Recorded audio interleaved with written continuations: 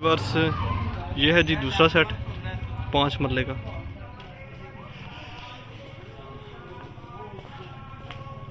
ये है इसका कारपोच। इसमें भी अभी काम रहता है, ये काम करवा के देंगे आपको इसके ओनर। और ये इसका ड्राइंग रूम और इसके साथ ही ये वाटर टैंक और ये वॉशरूम और ये ऊपर स्टेयर जा रही हैं और ये सामने किचन और ये देख सकते हैं ये इसका सीलिंग वर्क और उसके साथ एक रूम ये है और इसके साथ अटैच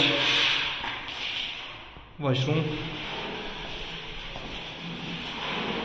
और ये वेंटिलेशन के लिए जगह दी गई है जी।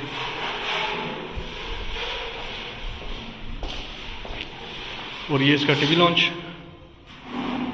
और इसके साथ एक रूम ये है।